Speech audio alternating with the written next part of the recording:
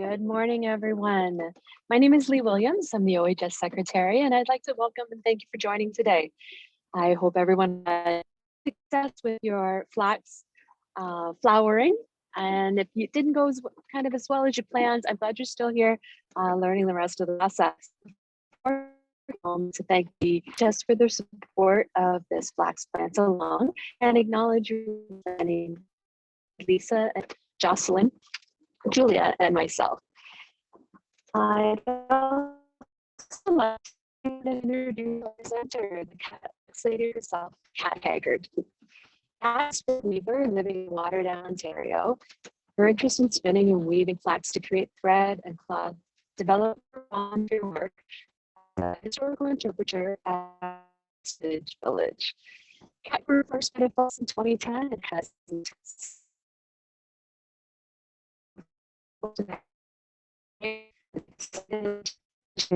still durable and beautiful, and it's started for Cat.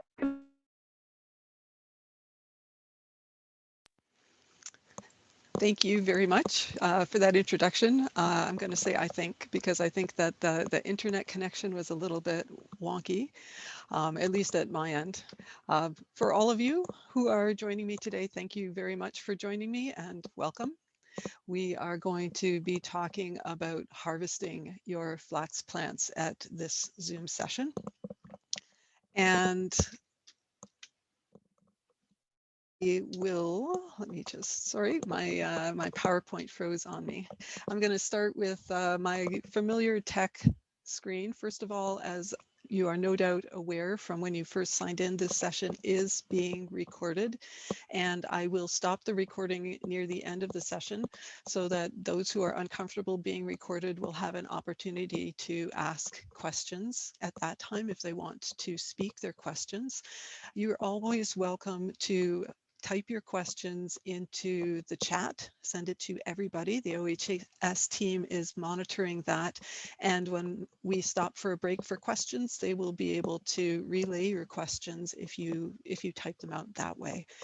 Other Zoom things I'm sure people are familiar with. You entered the session with your audio muted. If you are going to speak, then unmute yourself beforehand and mute yourself again after. This is because Zoom can't handle too many people speaking at once. Please wait to be recognized. Again, that's the same thing before you start speaking, and make sure that you'll answer to the name that shows up on your Zoom screen. If it's not your own computer, or if somebody's been on there with a funny sense of humor, it might not be a name that you want to use. As always, video is nice. It's nice to see you, but if you're not comfortable with your camera on, by no means feel that you have to have it on. And personally, I like the view mode that is side-by-side speaker when I attend one of these Zoom sessions. It allows me to judge how much space I want to have for the slides and how much for the current speaker. If you do want to speak, please use the raise hands symbol, because what that does at my end is it moves your picture up to the top of the queue, and I can see that you've raised a hand and that you have a question. With all the people, I can only see 6 people on my screen, so if you're physically waving and you're not in one of those top 6, I won't be able to acknowledge you and ask you to speak. So the technological raise hand works better. Okay, so enough tech talk. Today we're talking about the plant harvest. I'm going to be talking about what the growing season is when it ends. How do you know when it's time to pull your plants out of the ground? What it takes to harvest, how you actually do it. I'm going to talk a little bit about corn dollies because I like them. I'm going to talk about the next step, and that's drying your flax. And then finally, I also like to put in a cover crop after I'm done harvesting my flax, and I will speak a little bit about the whys and whats to that as well. But I'm going to start this one a little bit differently, and I'm going to ask you to share a little bit about your experiences with growing your flax. So did anything surprise you when you were growing your flax? Did you have any higher or low points? Anything funny happen with your flax plot? Anything that you would do differently next time? So I'm going to throw the floor open right off the top to see if anybody wants to share about their flax growing experience so far.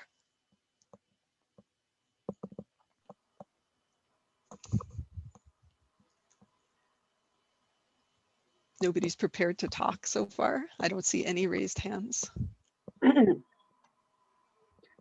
Okay, I see that Ruth has her hand raised. So Ruth, if you could, you're first in my list. If you want to tell us a little bit about what's... Hi, Kat. I guess one thing I had, I was purposely trying to measure how much per, the 16 grams per square meter and things. And, and so I was carefully weighed it all out. And then I thought, okay, I'll disperse it. And definitely not in rows. Even broadcasting is certainly what I'll do in the future. Much more worry about weeds that way. And as you mentioned earlier, I think I misunderstood a bit. I realized as we got going in the virtual and the Facebook that was a bad. Anyways, so that's one thing. The other thing, when I had some lodging happen, it was easier when I had the chicken wire around. What I did do is I just took a long stake that I had to hold a little light, candle light in the garden, and kind of shook it and propped them up a bit. That seemed to be a little easier with rows because I could put the stake right down and flip up a whole row. But definitely next time I'm going to broadcast just across. So anyways. Okay, good. So a good lesson learned there. Yeah. So thanks for sharing, Ruth. You're welcome. And Lena. Lena, I'm sorry. It's okay. I guess I think my crop is dead or basically useless. They came up really well, and then we got that really late frost, so the tips all got kind of frosted over. And then last week we got hit with hail, and that kind of flattened everything. So right now my flax is only maybe 2 feet high. It hasn't started to bloom yet. The edges all look singed and about half of it is flat. So I'm hoping, I gave my daughter about half of those seeds so that she's got a really nice crop going. And she's also a spinner, so that we can kind of get together and hopefully hers will be viable. I'm thinking I might just let mine seed and try again next year. Oh, yeah. So lots of lessons learned. So I'm seeing a lot of comments in the chat. A lot of people have mentioned lodging and how that was pretty scary. Yes, lodging is definitely a scary thing. Darlene said it needed more sun, but was not bothered by animals, so that's a good thing. Jenny has a lot of interest from the community. That's always fun. Jane said mine too. I don't know if she was responding to the sun or the animals or the lodging. Carol had rabbits eating hers, so it got a bit of a critter haircut. And Sarah, oh, tomato seeds. So I guess the tomatoes won the fight with the flax. You've got to be pretty ruthless in your garden when you have opportunistic plants like that. Lynn found that her yard was too shady. Oh, the community interest is what Jane said. Okay, anybody else have anything that they want to say or share about growing flax? Hi, Kat, it's just Lisa here. I just wanted to say that you do have a bit of feedback or clicking when you're talking. I'm not sure if it's a quick adjustment. If you can't, I think it's okay if we just continue, but I just wanted to point that out. Okay, hold on a second.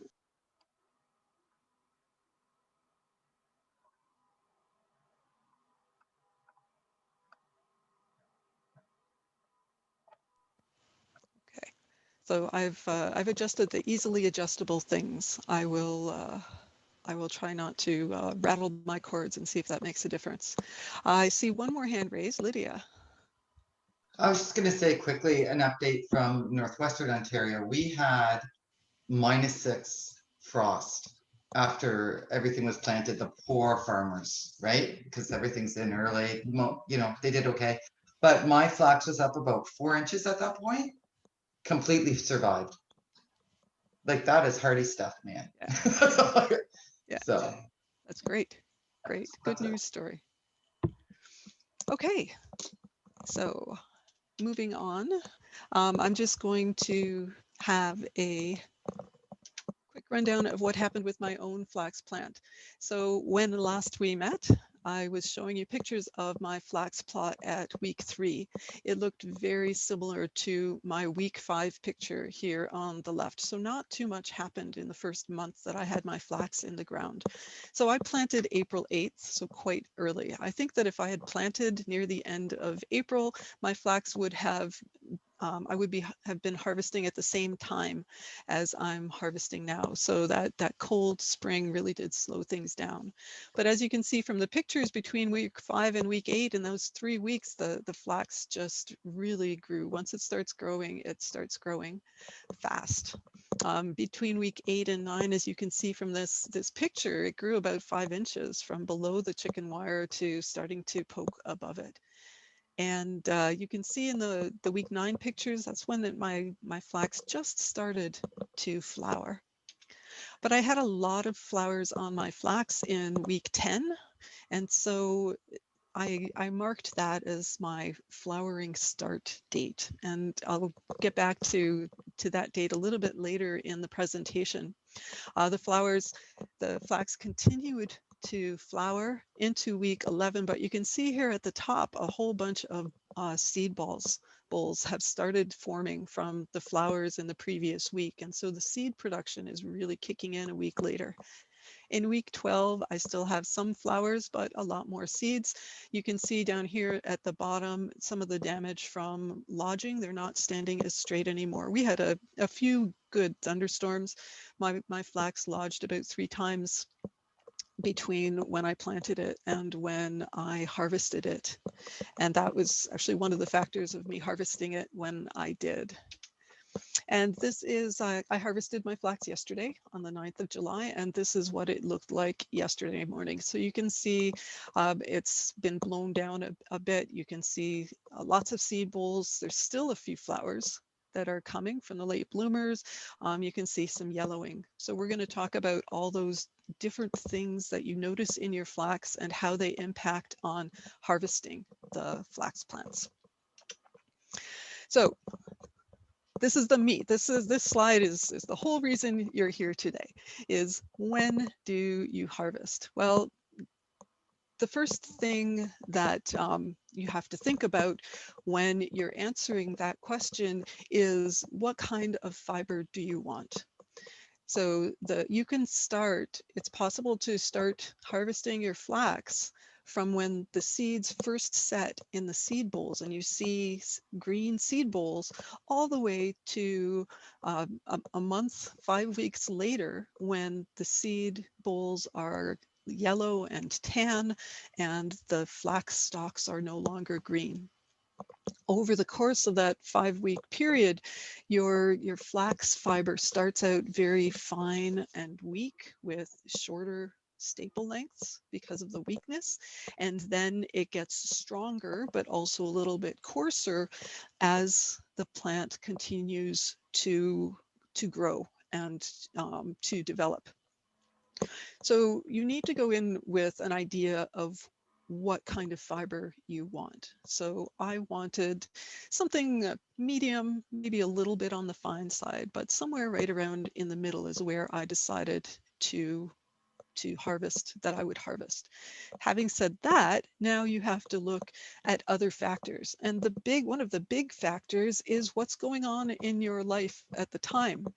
If you have a big event, maybe there's a wedding in the family, you're not going to be harvesting your flax around that. So you might be harvesting later or earlier. If you're crazy busy with work and just don't have the energy, that's going to impact when you're going to be harvesting your flax. In my life, one of the reasons I I harvested yesterday was because of this meetup today, so that I would have some pictures to show you. And so my life is impacting on when I'm going to harvest. Another outside influence is the environment and the weather. So I said I was sick of all the lodging. That was one reason that I decided to harvest my flax. Is that after you harvest the flax, you want to dry the plants out. And I'll talk about that a little bit more a little bit later.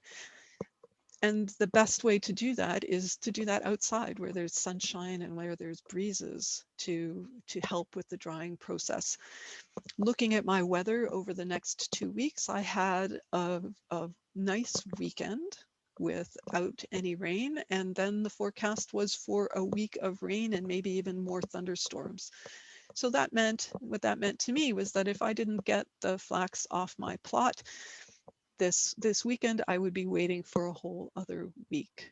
So that's another decision point that I'm considering when to harvest my flax. So setting all those decisions aside, when you're looking at the plant itself, how do you know when it's ready? So there's a number of things you can look at. So a lot of people say it's 100 days, and that's a nice round number. And it's really nice to say that you plant your flax on the 100th day of the year, and then you harvest it 100 days later. And having that big round number is really kind of comforting. But that 100 days maturity number is from seed until the plant has completed its life purpose, which is not to make fiber, but to make more seeds. And so after 100 days, the stalks of the plant will probably not be yielding usable fiber. The plant will be too old at that point.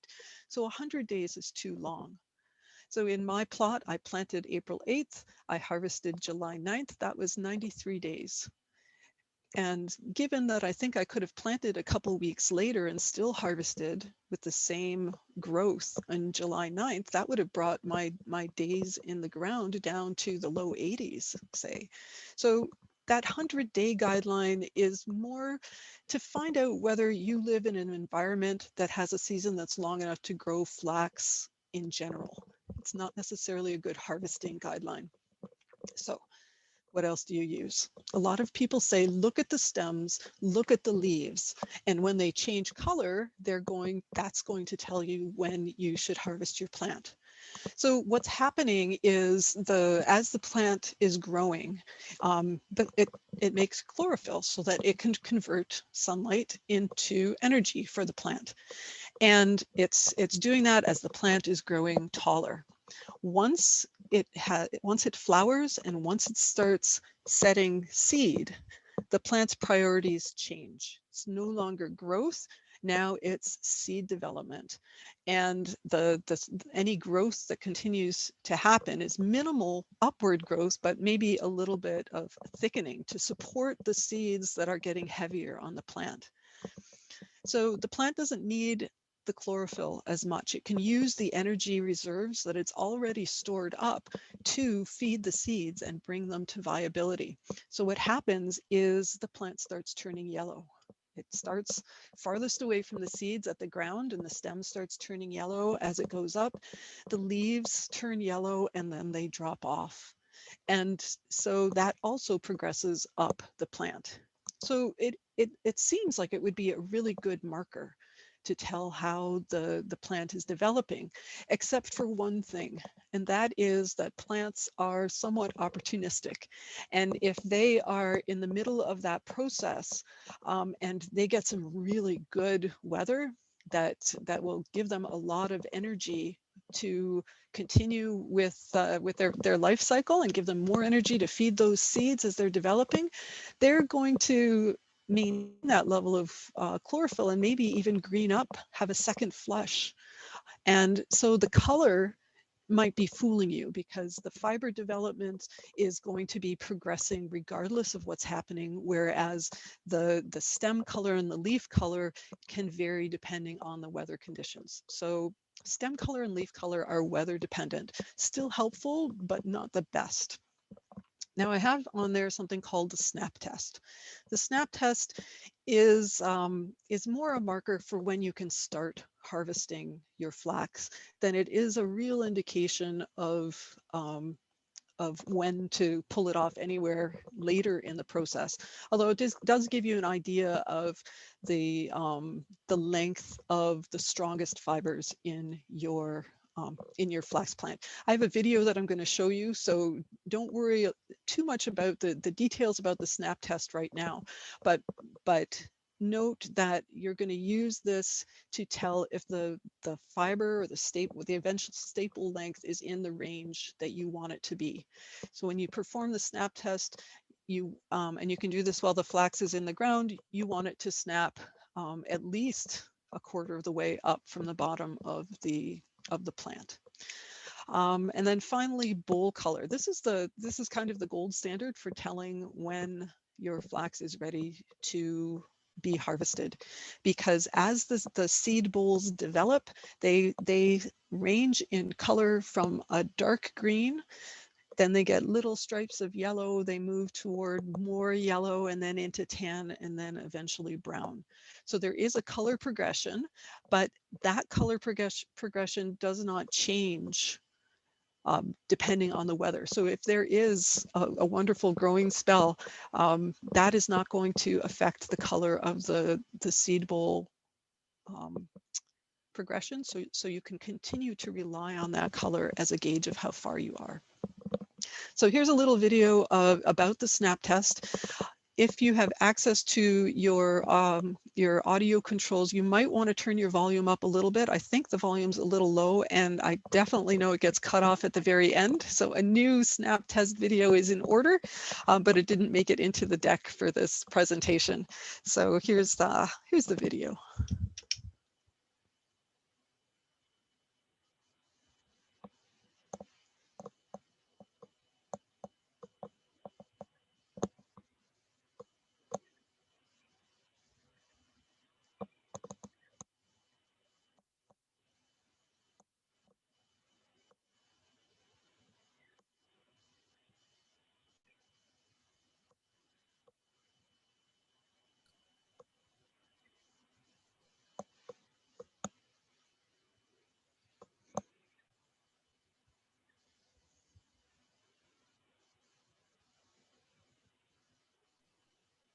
Hi, Kat, it's Lisa. There isn't any sound at all to the There video. is no sound at all, and nobody can read lips, eh? Okay, hold on a second. Let's see what I can do.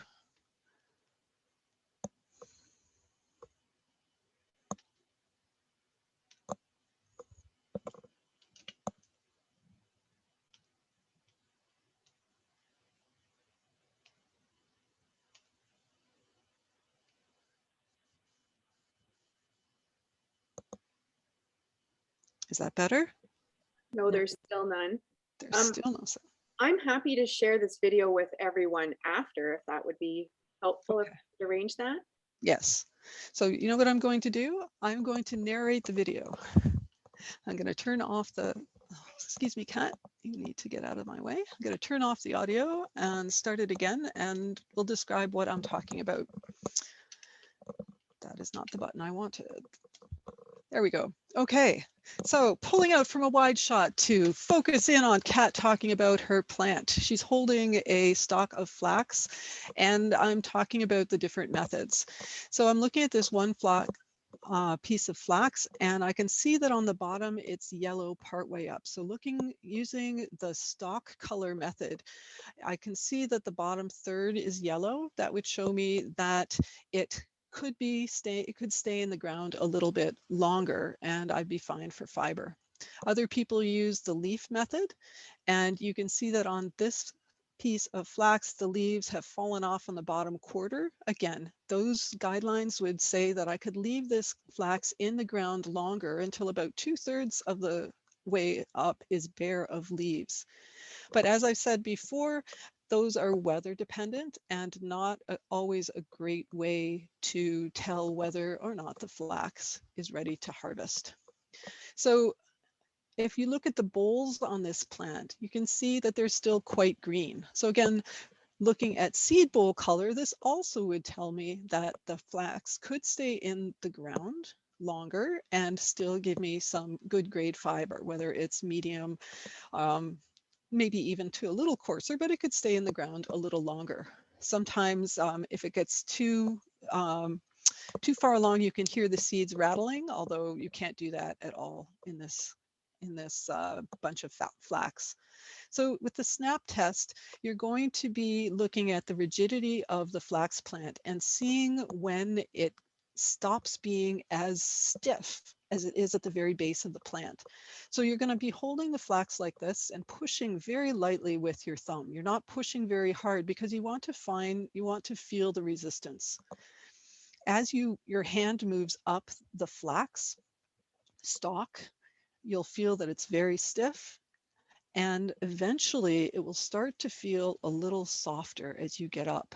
And that means you're getting close to the snap point. This is showing you where the wood fibers have, excuse me, have stiffened the plant and where the fiber bundles have developed. Now it's starting to feel soft right there. I keep a little bit going and you'll see that it just bends over.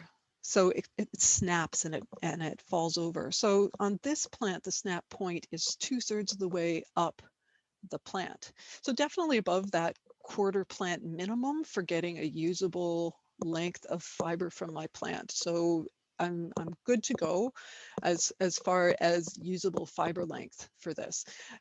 Keep in mind that as it gets stiffer near the top, your fiber is going to be getting coarser. And so you're making a judgment call. Okay, how is that?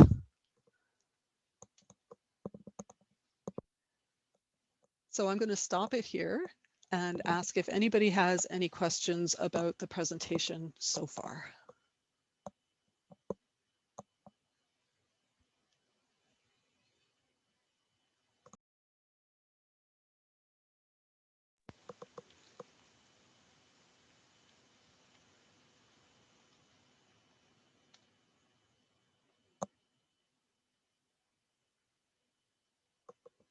Okay, so I see a couple of questions in the chat.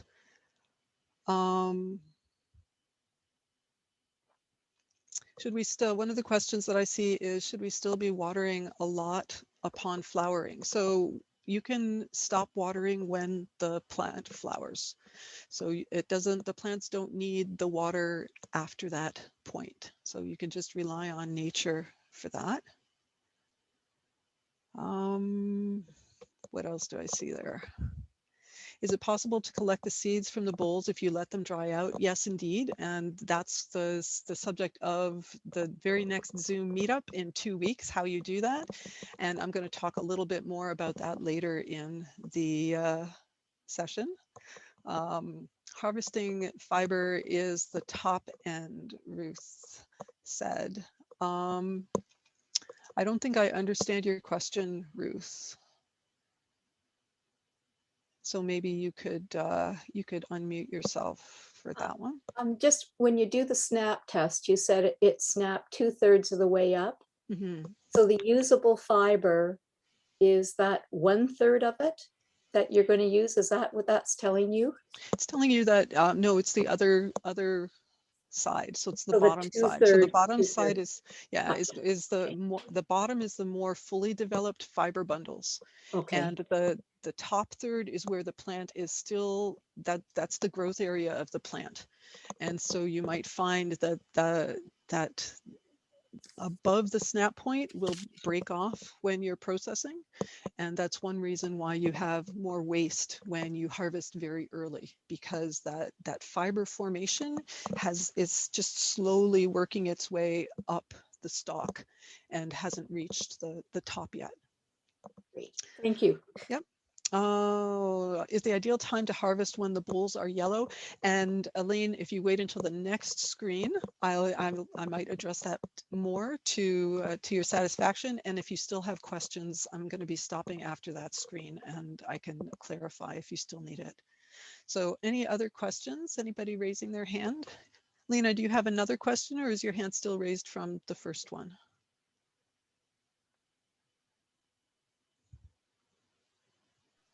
Sorry, I guess I just thought my hand would come down automatically, so. No, it's the excitement ones that go away all by themselves. The raised hands stay there. Okay, so the next slide is, let me get control of my PowerPoint back again. There we go. Okay, so the next slide talks about different stages of judging when to harvest your plant based on all these factors, including seed bowl color. So there is a standard. It's either a 3-stage standard or a 4-stage standard. So I guess there's 2 standards. It starts with green maturity, which is also called green ripe stage. When the plants are at this stage, the stem is green all along the length. The leaves are just beginning to yellow at the bottom. The bolls are green. And if you open up one of the bowls, you'll see that the seeds inside are white, green, and very soft. Those seeds will not be able to grow plants. They're much too young. The fiber at this stage is soft and it's relatively weak and quite thin. This is the stage that the flax was harvested often in countries like Ireland that are renowned for their very fine linen. There's a lot of wastage in the processing, but you do have very fine fibers. So you can definitely harvest your flax at this stage. Moving along, you move to the early yellow maturity stage. So the stem is starting to turn yellow. The bottom third is yellow, and the leaves have fallen off the bottom quarter of the stem. So I think that that one stalk that I was holding up in the video is at this early yellow maturity stage. The bolls are just beginning to turn yellow. There's little stripes of yellow in the bolls. And if you open up one of the seed bowls, you'll see that the seeds are, you could tell that they're seeds and they're starting to turn a little yellow, but they don't really look like the brown flax seed that you would expect to see. At this stage, the fiber is a medium fine fiber, and this is the recommended harvest stage for commercial harvesting in Europe. So in the linen, in the flax producing countries, Netherlands, France, Poland, this is when the machines would come out and harvest the great big flax fields at the early yellow maturity stage. I understand in Canada and the United States, flax is typically harvested at the yellow maturity stage, so a little further along at yellow ripe stage. This stage, the stems are completely yellow. The leaves have fallen off to about 2/3 of the length. The bolls themselves are yellow. There's very little green, if any, in the bolls, and some of the very first bolls that developed have already turned brown, and in those you can hear the seeds rattling a little bit. At this stage, the seeds will continue ripening after you pull the flax from the ground and leave it to dry, and they will get enough energy from the plant stalks during the drying process that they will be near full viability. So you do get good seed production at yellow maturity. The final stage is full maturity or full ripe. In this case, the stems are dark yellow and brown at the bottom. There's no more leaves on the plant at all. The bolls have all turned brown, and the seeds will definitely rattle when you hear it. And you'll hear that rattle after your flax has dried from the yellow maturity stage as well. There are more viable seeds if you leave the flax to this stage, but not that many more from the yellow maturity stage. Finally, the fiber itself is quite coarse. You might not even be able to easily separate it from the woody parts of the plant, and so you'll have a lot of breakage and wastage at this stage as well.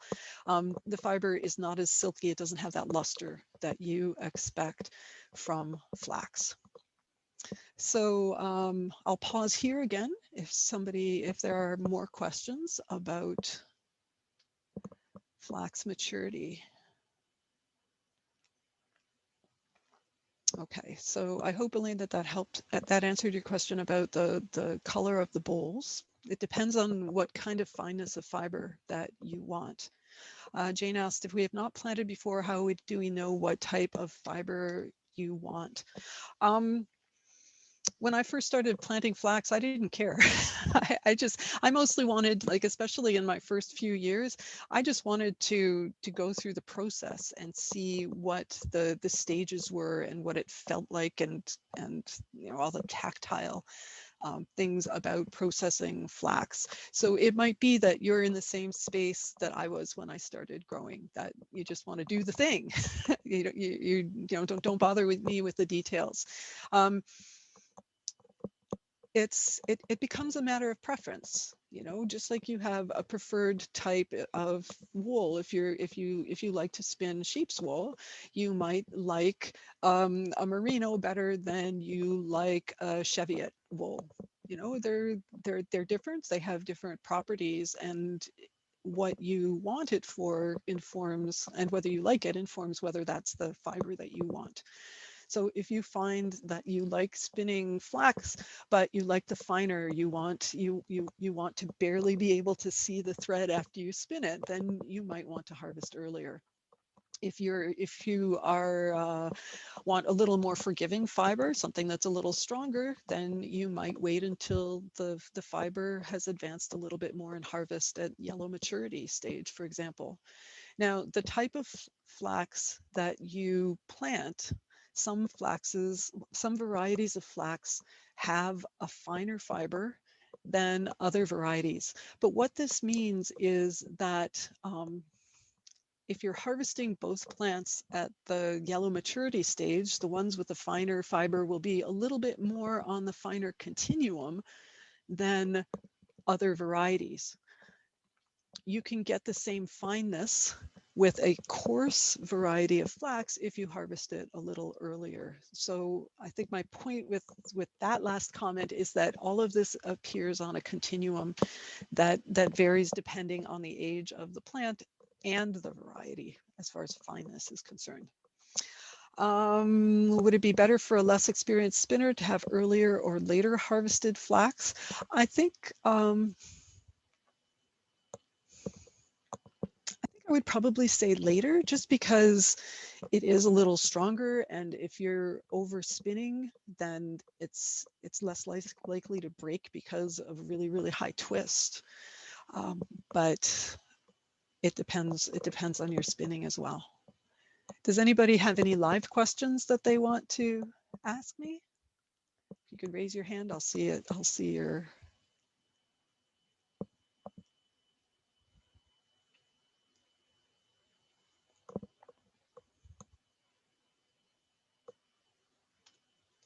Okay, I'm not seeing any more then. So I will continue on, wake up my PowerPoint. I will continue. I have some pictures that I took of my plants at different flowering stages with close-ups of the seed bowls. So these pictures are from flowering to when I harvested, which is really early yellow stage. And I didn't leave any in my garden to make similar pictures for later stages. Maybe that'll be a project for next year. So my flax flowering was around week 10 is when I started to get a lot of flowers in my flax patch. Flowers were showing up in week 9, but I could see the blue from my kitchen window in week 10. So looking at the plants, you can see that there's a little bit of yellow at the bottom of the stalks. But everything is still pretty green. If you look at the close-up of the flower in the seed bowl is entirely green. It's quite small and compact, and it exists at the same time as other flowers are flowering on the plant. 1 week later, if you look at the bottom, the plant still looks quite green. So there's still some vertical growth going on in the plant. It hasn't diverted its energy entirely to seed production. It's still growing tall. It's still creating energy for flower production. Still just a little bit of yellow at the bottom of the plant. The seed bowls are bigger and kind of plumper looking. You can start seeing some of the yellow coming through. They're looking a little striped. I I guess. So 11 days after flowering, there's quite a difference in the look of the plant. It's looking much more yellow coming up from the bottom. The leaves are starting to look a little dodgy. The seed bolls have developed, they're turning yellower. That yellow is growing in area, and the boll itself is getting plumper. 4 days after that, 15 days, you can see a lot more yellow in the plant stem. The leaves are still hanging on. And there isn't too much difference in the look of the seed bolls in those 4 days, but I think it might be more because of the light that I took the pictures on. The pictures on the left was a cloudy, rainy day. The picture on the right was sunnier and bleached out a little bit, and I tried to color correct, but there's only so much you can do in post to get a change there. So 17 days after flowering, you can see that if you look at the very bottom of the picture, you can see leaves that have fallen off and are sitting on the sidewalk down there. So the stalks at the bottom are starting to get bare. They're turning yellow, going up. The seed bolls are starting to look a lot yellower. Day 19 is the day that I harvested. So this is yesterday. It did rain. You can see the great big raindrop on my my seed bowl up there. The bottom of my flax is quite yellow and doesn't have many leaves at all. And it's starting to break and fall down. So those are the progression in all of those factors that we were talking about on the previous slide. But you can still see here on day 19, I still do have some flowers in there. So some late bloomers are still caught in my flax. Okay, so actually harvesting now. So this gets into part of the life considerations. So my flax patch isn't that big. It's about 3 feet wide and about 12 feet long. And it took me 3 hours to harvest the flax in that little plot, to gather it up, to bundle it, and then to walk it wherever I put it afterwards. So this is something that you need to keep in mind if you're deciding to expand the size of your flax bed and how long it takes to actually harvest it. Flax is typically pulled by hand. It has a very shallow root system that comes free relatively easily, and hand pruning is really the best way to take it off the fields. It's difficult to cut with a scythe. Even if you're in a situation where the ground has baked solid and anchored the roots in there, you would find that it's still easier to somehow pull the plant out than it is to cut it with your scythe, because the plant is that tough. And in fact, just this morning, I saw a video that was put out by, I can't remember their name anymore. They're the outfit in Oregon that is developing a seed production facility for flaxseed in the States. And my mind has gone completely blank. But what they were showing was that their land has been so dry because of that heat wave that they had out there that it's really hard to pull the flax out. So one of their employees had come up with a method. They just grabbed the flax at the top and then kicked at the bottom of the plant to kick the roots out of the plant, and that's how they harvested it. So where there's a will, there's a way, I guess. Okay, so how are you going to pull it out? If you have a big plot of land that you need to walk on, you'll probably pull it out geographically so that you can walk on the areas that you already pulled.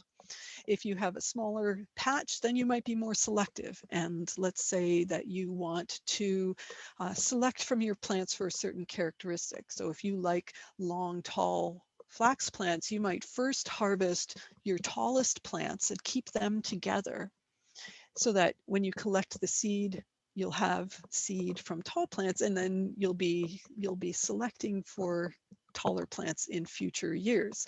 Or let's say there's some plants that really resisted lodging, and those are the ones that you want to keep together and foster that particular characteristic in seed that you keep for yourself to use on your plot. So you might keep those seeds together so that later you can plant those in favor of other kinds of seeds. Traditionally, how do you make the bundles? Traditionally, you grab a couple of stock flax stalks, let's just reverse that, and use those to twist around the bundle of flax and tie it off with that. And I tried that and I didn't like it, because I found that as the flax dried, it shrunk, as you might expect.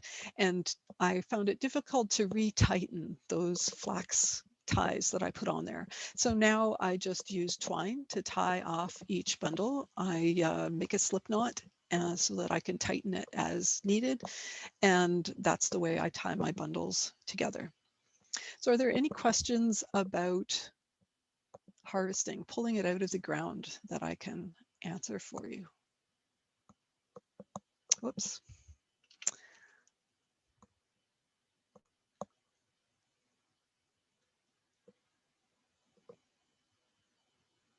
Okay, Susan, yes. Hi there. I harvested mine. I had about 4 square meters of flax in my plot, and I harvested over the course of 3 very early mornings because I'm in San Diego and it's very hot. So I actually I bundled up the first morning, and then the next 2 mornings I simply put it out on some spare window screens. Is that okay, or should I go ahead and bundle up all of it? No, that's perfectly fine. It depends on your circumstances. So if you're in a really windy area, to have it flat like that might cause it to just blow all over the place and make it hard to manage. So that's fine. It also depends on how you're going to dry it. So next slide, we'll see different ways of drying the flax. Drying it flat and spread out like that is a fairly efficient way to do it. But if you want to dry it upright in stooks, it's handier to have it in bundles than to have it lie flat on the ground, because that drying process might not dry the plants evenly enough for you. The way I have the screens set up, they're actually up off the ground about 4 feet. Yeah, so you're going to get airflow all around it. So that sounds like a really good setup. Okay, thank you. Yeah. Let's see. How big is a bundle? A bundle is as much as I can hold in my hand without the flax falling out. So for me, it's about this big around. It will get down when it dries. It'll end up being about this big around. The loonie size bundles might come later. For me, it's what I can grasp in my hand comfortably. So to pull it, it's a big handful. Any other questions? Okay. I will close the chat window, wake up my PowerPoint, and move on to the next slide, which is corn dollies. So I like corn dollies a lot. I like the tradition behind them. I like the thought behind them. A corn dolly, corn was traditionally the word for any kind of grain. So it wasn't necessarily as specific as what we think about when we think about corn nowadays. And the thought behind it was that the field that you were growing your crop on had life, it had fertility, and it imbued your plants with that life and that fertility. But when you took the crop off of the land, there was nowhere for that spirit of the land to go, and you wanted to keep it in your land. So with the last sheaf, you would make yourself a corn dolly. It didn't necessarily look like a human. It could be just a knot of the stalks of whatever plant it was, like is in the bottom right picture, or it could be more decorative. And that would be where that genus loci, or the spirit of fertility, would reside. You'd bring it into your house or into your barn. It would be safe over the winter. And then in the spring, it would get tilled into the ground, and so the fertility would return to the ground. So it's all very charming. But it's also fun. So yesterday when I was taking my flax off, I made a couple little dollies. This I just braided 3 stalks together and made a little loop. And then I tried to get a little ambitious with my weaving. But this is generally what baskets look like when I weave them as well. They get a little wonky. So I have a couple mementos of my flax crop, and it's an enjoyable thing to do. If you're interested in doing it, there's lots of online resources for how to make a corn dolly. You can search for weaving wheat or willow rattles. There's a lot of good videos in either place for that. Okay, so the next thing that you want to do for the serious part of our presentation is you need to dry your stalks of flax. And I'm often asked, why are you bothering to dry your stalks if you're going to be putting them in a pail or in a pond of water to ret in a few weeks? Like, it doesn't make sense to dry it first. And there's 2 main reasons. So the first is, if you want to save the seed from your flax, you need to give the plant time to send the energy from the stalks into the seeds so that it can continue ripening until they're viable. So that's one reason for drying your stalks. But even if you have decided that you don't want to save your seed to use again or to eat, or for whatever reason you would want it, it's a good idea to dry your stalks for storage. So similar to hay, which if baled too green can combust from the heat that's generated from the kind of composting action. That's not composting, but the heat that's generated by the wet hay. Your flax could also combust if it is stored too damp. And so storage is one of the main reasons. You don't necessarily want to ret your flax immediately. If you're going to be dew retting, you might wait until the next spring or later in the fall when you actually have some dew. In the heat of summer, there's often not enough dew to do a good retting job on your flax. So you would want to wait for better conditions in the fall or the spring. Or if you want snow retting, you have to wait for the snow. To make sure that your plants stay in good condition, you want to dry them first. So there's lots of ways to dry your stalks. Susan mentioned putting them on a screen so that there's airflow on both sides. That's a great way. The traditional way is like the picture on the right, far right of this slide, is to take your bundles and to lean them against each other and have them dry. When you create that structure is called a stook. I am a horrible stook maker, and my stooks always fall over. I would wake up in the morning, then be flat on the ground, and I'd have to remake them. To get around that, some people plunge a pole into the ground and lean their bundles against the pole, and then maybe twine it to the pole to help keep it upright. It's possible to, or you can wedge the roots into clods of dirt so that they don't fall over as much. That's a bit too difficult for me, especially with plants that have lodged. So if you look at that picture on the far right and you see this bundle of flax, look at how gorgeous and straight it is. This did not lodge at all.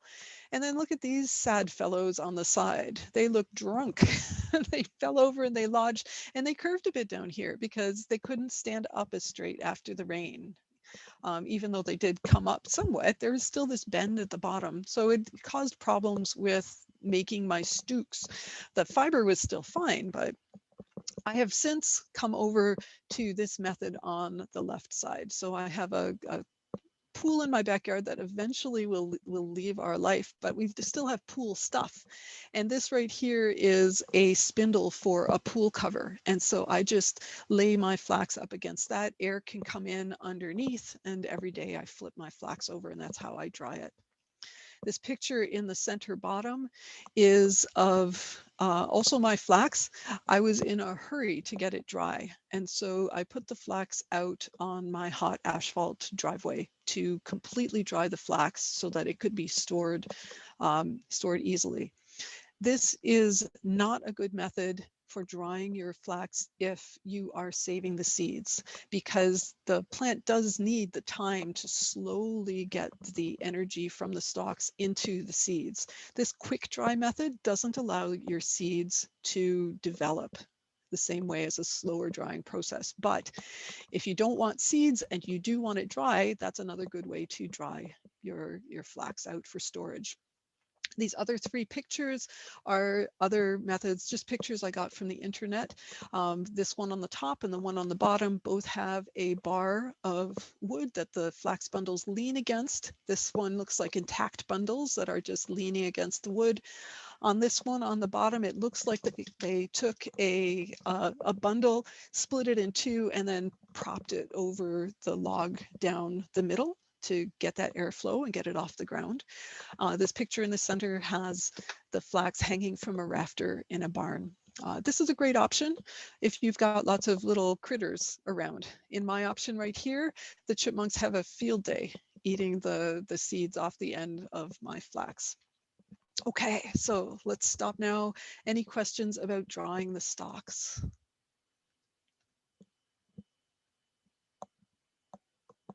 Okay, I see a question in the chat, difference in roots up and roots down while drying. Not really, there isn't. It is a little easier to process when everything is nice and straight. So when it's hanging from a rafter or hanging along the side of a fence or something like that, or completely flat on a screen, you're maintaining that straightness. In my method, I do get bends, and I do flip it tail to tip as it's drying, because I don't find that the bendiness causes too much of a problem. It's more for compactness of storage. So if you have wildly occurring, so for example, after my flax is dried, I usually put it into those brown leaf bags as a storage unit. And as you can imagine, a nice straight sheaf of flax will fit in there much nicer than something that's a great big C, because then it's harder for me to put it in there. So yes, it's more difficult, but not anything that will affect your spinnable fiber, more just in handling. How long does it take to dry it in stooks? It's going to depend on your local weather conditions. So here in southwestern Ontario with humidity, if it's really humid, it's going to take a long time. And still in the stooks, you would want to probably rearrange them somewhat so that the fibers that are facing inward eventually get to be on the outside so that they can dry a little bit more. But I don't have a hard and fast answer for that. It depends on your weather. Any other questions?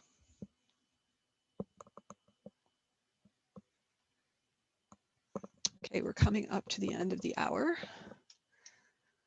So quickly, I'm going to talk about cover crops. So I always put a cover crop on my flax bed, and mainly because I want to keep the weeds down. Secondary reason is to feed the beds with the biomass that my cover crop creates and any nutrients that those plants are able to fix in the soil. So I really like cover crops. Depending on when my bed is cleared is what type of cover crop I put in.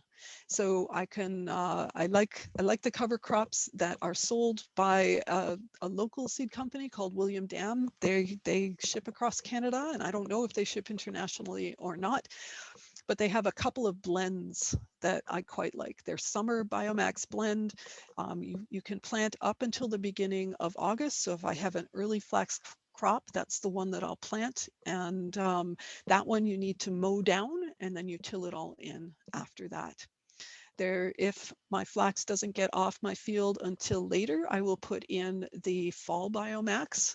That one will grow right into winter. You leave it on the field. It gets killed by the cold, and then that gets turned in the spring. That one also has a tillage radish, which is a daikon radish, which is really great if you have compacted soil, because it's going to drill down into the soil, and then as it rots through the winter, it kind of collapses and you're left with an open tube, and the moisture and the nutrients are able to flow through your soil, and it does a really good job of uncompacting your soil. So cover crops are a good idea. There's lots of information on the web about green manures and cover crops if you're interested in this type of management of your land.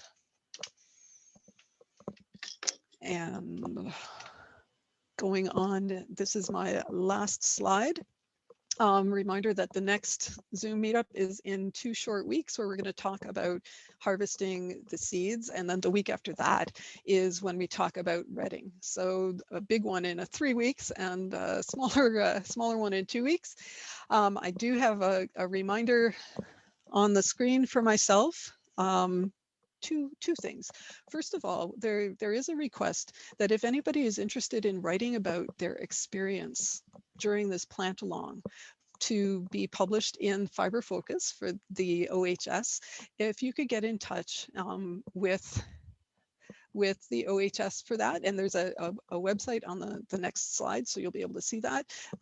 That would be very much appreciated. The second thing is that recently I was able to source a number of antique flax processing pieces of equipment that I would be willing to sell out into the community. At our next meeting, I will have pictures of those. So if you want to start thinking about that, I have a sketching board, I have 2 antique brakes, and I have about 6 antique hackles with various amounts of rust on them. So none of these are brand spanking new pieces of equipment, but I'll have pictures of those to show you in 2 weeks. So what I'm going to do right now is I'm going to stop the recording